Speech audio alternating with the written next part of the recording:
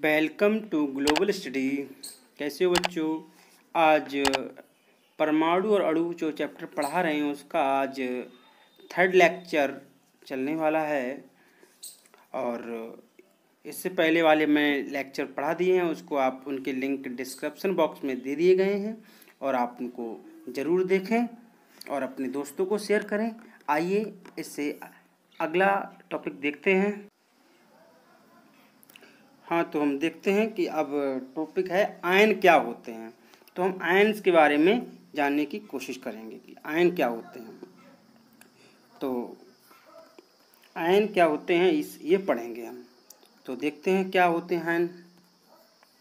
धातु एवं अधातु युक्त यौगिक आवेशित कणों से बने होते हैं। ये सब क्या आवेशित कण होते हैं, नेगेटिव या पॉजिटिव, धनात्मक या ऋणात्मक। इन आवेशित कणों को आयन कहते हैं। अगर ये कण आवेशित हैं तो इनको आयन कहते हैं। कोई भी चीज़ है, कोई कण है वो आवेशित है, मान लो या तो पॉजिटिव से है तो उस पर धनायन होगा और कोई नेगेटिव से है तो ऋणायन होगा। तो ऐसे कणों क्या होते हैं और इनको क्या बोलते हैं? आयन बोलते हैं। क्या बोलते हैं इनको? इन्हीं को हम बोलते हैं आयन। क्या बोलते हैं? इन्हीं को हम आयन बोल देते हैं। ये है, यही सब क्या है? आयन है। जो भी चार्ज इस पे होगा वो आयन कहलाएगा। ठीक है, तो देखते हैं क्या है आयन के बारे में। इन आवेशित कणों को आयन कहते हैं। आयन आवेशित परमाणु तथा परमाणुओं का एक ऐसा समूह होता है जिस पर नेट आवेश विद्यमान होता है। यह ऋण आवेश अथवा धनावेश होता है। कोई भी नेट आवेश आप इस प्रकार से देख सकते हैं।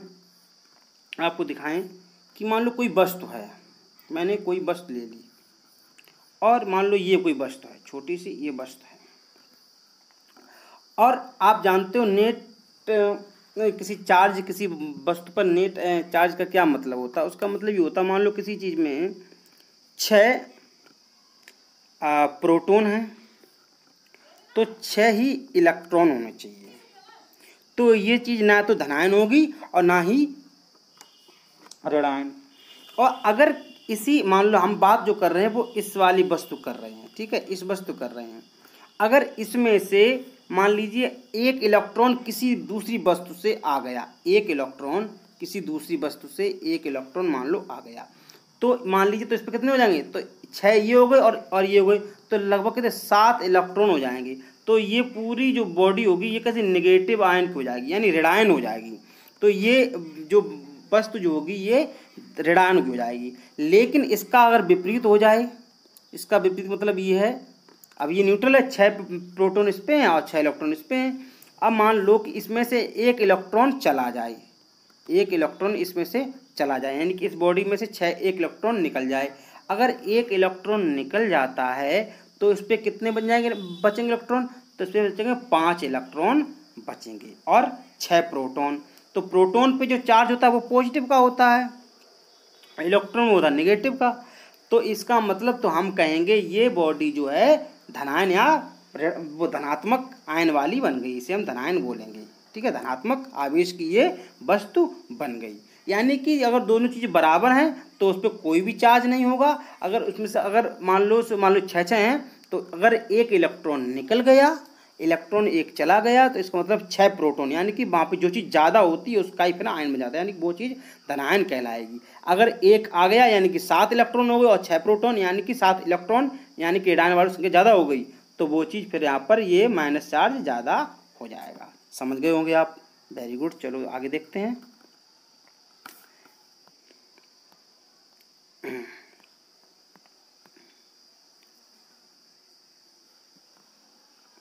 देखते हैं, यह ऋण आवेशित आयन को ऋणायन तथा धन आवेशित आयन को कैटायन कहते हैं। ठीक है, ऋण आवेशित जो आयन होगा उसको हम एनायन कहेंगे और धनावेशित जो आयन होगा, जो बॉडी पे धनावेशित हो जाए उसे हम कैटायन कहते हैं। उदाहरण के लिए सोडियम क्लोराइड NaCl है ना, जो NaCl जो होता है सोडियम क्लोराइड है ना, जब इसे हम तोड़ते हैं तो ये सोडियम एक प्लस का, क्लोरीन माइनस का। तो ये जो आपको दिख रहा है ना, ये वाला, ये तो हो जाएगा आपका, अरे कुछ गड़बड़ हो गया, एक मिनट, सॉरी, मैं दोबारा से बना देता हूँ। एक होता सोडियम NaCl सोडियम क्लोराइड, अगर इसको तोड़ेंगे तो क्या होगा कि इसमें एक बनेगा पॉजिटिव आयन का सोडियम वाला और क्लोरीन बनेगा नेगेटिव आयन का। और आप जानते हैं जो धनायन जो होता है, जिस पे धनायन पॉजिटिव चार्ज होता है, उसे हम बोलते हैं कैटायन। तो इसे हम बोलेंगे कैटायन, ठीक है। और इसको ये रेडायन वाले हम लोग एनायन बोलेंगे, ठीक है। समझ गए आप? Very good. चलते हैं आगे, देखते हैं। तो इसमें धनात्मक सोडियम आयन तथा ऋणात्मक क्लोरीन आयन संकट के रूप में विद्यमान होते हैं। परमाणुओं के समूह में जिन नेट आवेश विद्यमान हो उसे बहुपरमाणु आयन कहते हैं। नेट आवेश बहुत सा हो, बहुपरमाणु आयन। हम आयनों के निर्माण के बारे में अध्ययन 4 में अधिक जानकारी से प्राप्त करेंगे। हम जो अध्याय 4 में अगर पढ़ेंगे तो उसे और विस्तार से पढ़ने की कोशिश करेंगे। कुछ आयनिक यौगिक आप देखते हैं, कैल्शियम है ना, थोड़ा सा ऐसे करते हैं, हाँ ये देखिए आप, ठीक है। आयनिक यौगिक के बारे में, आयनिक यौगिक और संघटक तत्व और द्रव्यमान, ठीक है। ये कैल्शियम ऑक्साइड कैल्शियम एवं ऑक्सीजन से मिलकर बना होता है, ठीक है। मैग्नीशियम सल्फाइड, मैग्नीशियम एकदम सल्फर से मिलकर बना होता है। सोडियम क्लोराइड NaCl बताया आपको, सोडियम क्लोरीन से मिलकर बने होते हैं, ठीक है। रासायनिक सूत्र लिखने का तरीका भी आपको बताएंगे। इसको देखते हैं क्या है रासायनिक सूत्र में। रासायनिक सूत्र, ठीक है, देखते हैं। रासायनिक सूत्र में किसी यौगिक का रासायनिक सूत्र उसके संघटक का प्रतीकात्मक निरूपण होता है। विभिन्न यौगिकों के रासायनिक सूत्र सरलतापूर्वक लिखे जा सकते हैं। इस अभ्यास के लिए हमें तत्वों को प्रतीकों एवं उनकी संयोजन क्षमताएं ज्ञात होनी चाहिए। मतलब उसकी बैलेंसी जो है वो हमें ज्ञात होनी चाहिए कि किसी तत्व की संयोजक शक्ति अथवा क्षमता को उस तत्व की संयोजकता कहलाती है, बैलेंसी कहलाती है, ठीक है। अभी बताएंगे सब, आइए। किसी तत्व की संयोजन शक्ति या क्षमता उस तत्व की संयोजकता कहलाती है। किसी एक तत्व के परमाणु दूसरे तत्व के परमाणु के साथ किस प्रकार से संयुक्त होकर रासायनिक यौगिक कन्वर्ट करते हैं, इसको ज्ञात करने के लिए संयोजकता का उपयोग करते हैं। किसी तत्व के परमाणु की संयोजकता को उसके हाथ अथवा भुजा के रूप में विचार किया जा सकता है। आइए देखते हैं कुछ सामान्य सरल एवं बहुपरमाणु आयन। देखिए सोडियम पर एक है, आप देखते हैं, छोटा करके दिखाते हैं आपको पूरा। देखिए आप, ये सोडियम और पोटेशियम। सोडियम पर संकेत, धात्विक संकेत, इसमें हाइड्रोजन। सोडियम पर भी एक पॉजिटिव है, यानी संयोजकता की एक होगी। सिल्वर की एक है, कॉपर की एक है, ठीक है। इसे ये दिखाया है संयोजकता। देखिए आप, संयोजकता जिसकी एक है, ये 2 संयोजकता वाले, ये 3 संयोजकता वाले, ठीक है। तो इन चीज़ों को हमने दिखाने की कोशिश की है। तो अब जितना आप ये सोडियम देख रहे हैं, इसकी संयोजकता कितनी है? एक है। पोटेशियम की एक है, कॉपर की एक है, जी सिल्वर की एक है, ठीक है। ये सब चीज़ें। अब मैग्नीशियम की देखो 2 है, वैसे ये भी हमने दिखाया है इस तरफ, ये दिखा 2, ये 3। तो ऐसे ही इसमें क्या है, आप इसे देखें तो इसमें मैग्नीशियम कितने? 2, पॉजिटिव कितने? 2, कैल्शियम 2, जिंक की 2, आयरन की 2, कॉपर की 2, ऐसी एल्युमिनियम और फेरस की 2 है, ठीक है। हाइड्रोजन की संयोजकता आप देख रहे हैं एक है, और हाइड्राइड की एक, क्लोराइड की एक, ब्रोमाइड की एक है, और आयोडाइड की एक, ऑक्साइड की 2 और सल्फाइड की 2, नाइट्राइड की 3। ऐसे ही अमोनियम की एक है, हाइड्रोक्साइड की एक है, देख रहे हैं आप, नाइट्राइड की एक, कार्बोनेट की एक, और कार्बोनेट की 2 और सल्फाइड की 3। देखिए ये देखो माइनस के 2 लिखे हुए हैं, आप दिख रहे होंगे, यही, ठीक है। इनको बोलते, ऊपर वाले को बोलते हैं वैलेंसी, नीचे वाले को तो आणविक संख्या बोलते हैं, यानी कि ऑक्सीजन 4 है, इसका मतलब ये है, और ऊपर वाले ये होते हैं, ठीक है।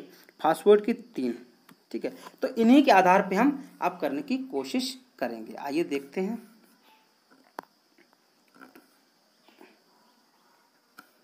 ठीक है, ये एक प्रैक्टिकल है, इसको आप देख लेना।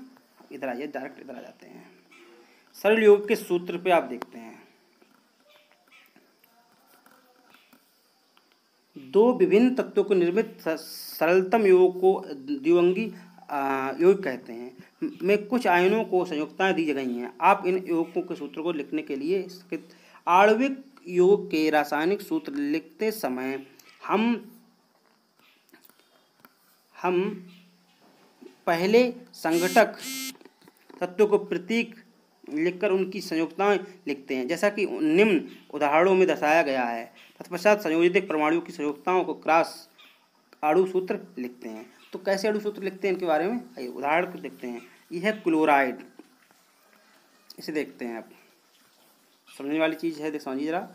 यह है हाइड्रोजन क्लोराइड यानी कि HCl, हम सब परिचित हैं HCl से, इसे हम ऐसे लिखते हैं HCl। ये क्या है, एसिड है।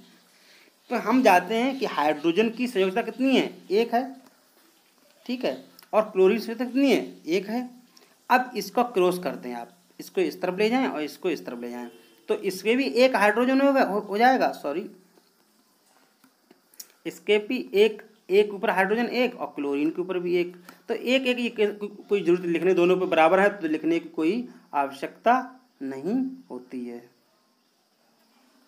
ठीक है। तो इसमें कोई लिखने की आवश्यकता नहीं होती है। एक मिनट, हाँ, तो अब देखते हैं कि नेक्स्ट एग्जाम्पल में हम देखते हैं इसको, हाइड्रोजन सल्फाइड को सूत्र कैसे बनाते हैं। हम देखते हैं कि हाइड्रोजन की बैलेंसी जो संयोजकता होती है वो क्या होती है, 1 होती है, और सल्फर की 2 होती है। अब हमें क्या करना है कि इसको क्या कर क्रॉस करके इस तरफ ले जाना है, हाइड्रोजन तरफ, और एक इस तरफ ले जाना है। तो क्या बनेगा H2, क्योंकि ये इस तरफ हो जाएगी H2 और ये S, तो ये वाला सूत्र आपका बन के आ जाएगा H2S, इसे बोलेंगे हाइड्रोजन सल्फाइड, ठीक है। चलो आगे देखते हैं। अब देखते हैं कार्बन टेट्राक्लोराइड के बारे में हम देखते हैं। क्या है इसमें, हम सब जानते हैं कि कार्बन की जो संयोजकता होती है वो कितनी होती है, वो 4 होती है, और क्लोरीन की 1 हमने अभी देखा। अब आप देखते हैं कि क्लोरीन, इसकी 1 को इस तरफ ले जाएंगे और इसको इस तरफ ले जाएंगे, तो क्या है CCl4, इससे बोलेंगे कार्बन टेट्राक्लोराइड, ऐसा ये बन जाएगा, ठीक है। मैग्नीशियम क्लोराइड का सूत्र ज्ञात करने के लिए हम क्या करेंगे, एक मिनट थोड़ा सा, हाँ वेरी गुड।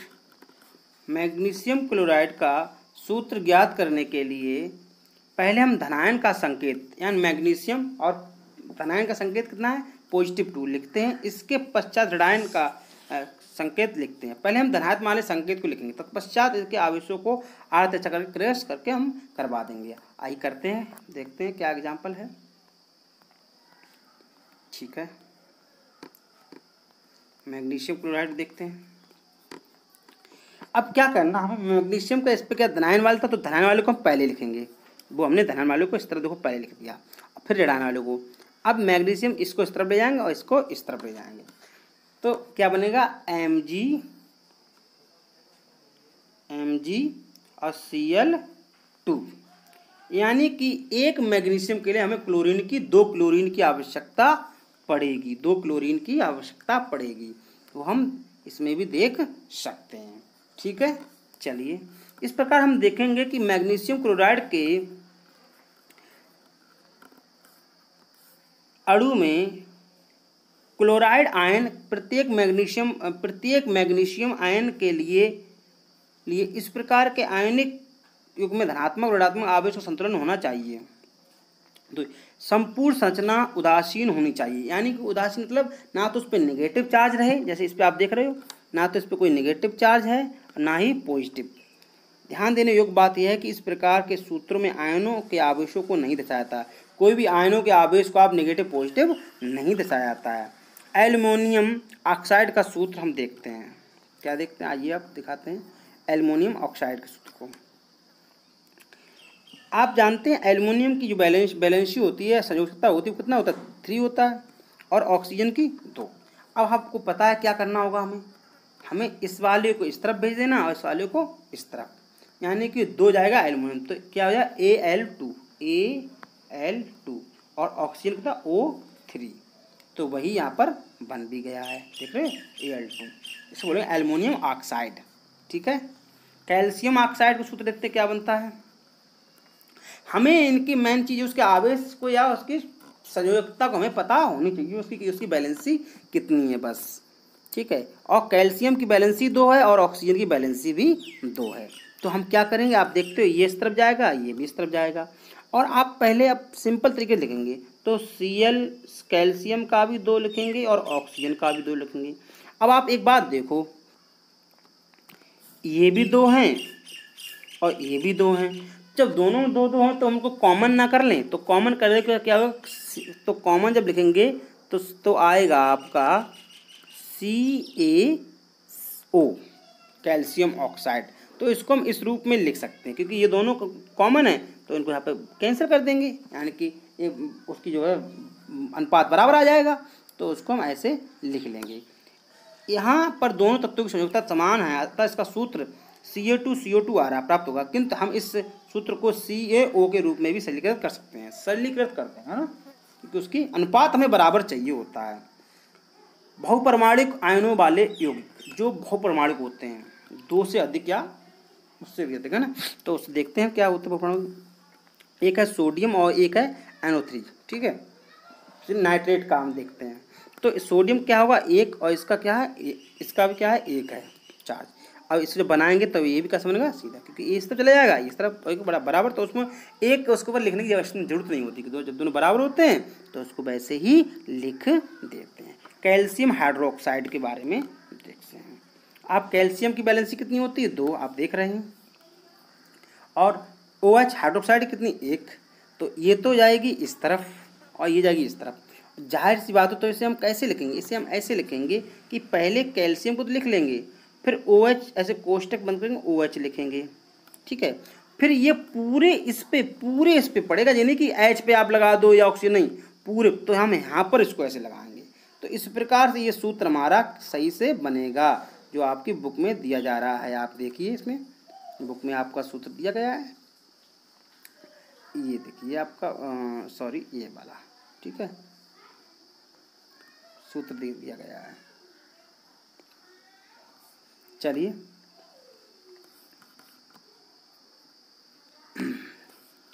आगे देखते हैं। इस चैप्टर को आप पढ़ते रहिएगा, बहुत ध्यान से पढ़िएगा, बहुत ही इम्पोर्टेंट है। पूरी केमिस्ट्री की बैकबोन मान लीजिए, रीढ़ की हड्डी मान लीजिए, ये बहुत ही इम्पोर्टेंट चैप्टर है। अगर इसको नहीं पढ़ा तो सर दर्द करता रहेगा केमिस्ट्री के नाम पर आपका, तो इसको जरूर पढ़िएगा। ध्यान देने योग्य बात यह है कि कैल्शियम हाइड्रोक्साइड का सूत्र Ca कोष्टक OH यानी कि होल्ट वाइज है, ना कि CaOH, क्योंकि हाइड्रोजन पे, क्योंकि OH पूरे OH पे लगना चाहिए, इसलिए है। जब सूत्र में एक ही आयन के 2 या 2 से अधिक आयन होते हैं तो हम उसके कोष्टक का उपयोग करते हैं। जैसे OH है तो पूरे OH पता आयन, क्योंकि आयन इसमें तो हम पूरे मानेंगे, कोष्टक में रखकर पदार्थ 2 लगाते हैं। यह निर्दिष्ट करता है कि एक कैल्शियम परमाणु के साथ 2 हाइड्रोक्सिल समूह हैं, यानी कि 2 HOH ग्रुप जुड़े हैं। दूसरे शब्दों में कैल्शियम हाइड्रोक्साइड में ऑक्सीजन तथा हाइड्रोजन प्रत्येक के 2 परमाणु हैं, यानी कि ऑक्सीजन को भी 2 हैं और हाइड्रोजन की भी 2 हैं। आप इधर देख सकते हैं, कि इस तरफ अगर ये चिन्ह दिखा रहा है कि 2, ये ऑक्सीजन भी यहाँ पर 2 हैं और हाइड्रोजन भी 2 हैं। ठीक है, वेरी गुड। सोडियम कार्बोनेट,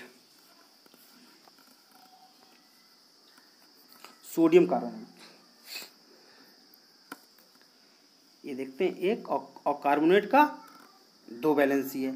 अब जब हम इस तरफ जाएंगे तो सोडियम के बाद सीधे यहाँ पर 2 आ जाएंगे, और इस पर 1 तो वो वैसे वैसा हम लिख देंगे।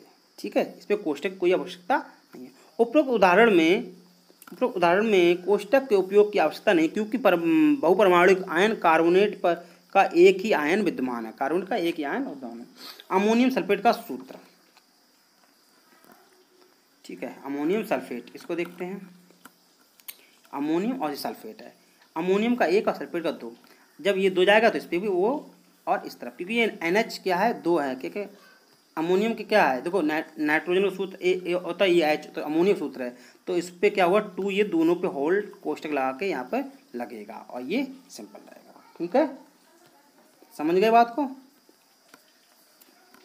भाई। अब ये इधर जाएगा तो इस पूरे पे तो कोष्टक लगा के लगेगा कि उस पे लग जाएगा भाई, इस पूरे पे तो कोष्टक लगेगा, तभी तो यहाँ पर 2 लग पाएगा और ये एक यहाँ पे लग जाएगा, बस बात खत्म, बन जाएगा इस प्रकार से। ये आप कुछ वो हैं, आप करके देखेंगे, सूत्र लिख के देखेंगे, अपने अभ्यास करेंगे। आइए आगे देखते हैं, आणविक द्रव्यमानता मोल संकल्पना के बारे में हम देखते हैं, और इस चीज़ के बारे में हम कोशिश करते हैं अगले लेक्चर में आपको पढ़ाएंगे। आणविक और मोल संरचना के बारे में आपको पढ़ाया जाएगा। ठीक है, फिर ये आपका हो जाएगा। ठीक है, तो थैंक यू बच्चों, आप इसको पढ़ते रहिएगा और हमारे चैनल से जुड़े रहिएगा। ठीक है, बाय। आप हमारे चैनल से जुड़े रहिएगा और चैनल को लाइक सब्सक्राइब करिएगा, अपने दोस्तों को ज़्यादा शेयर करिएगा। बाय बच्चों, थैंक यू।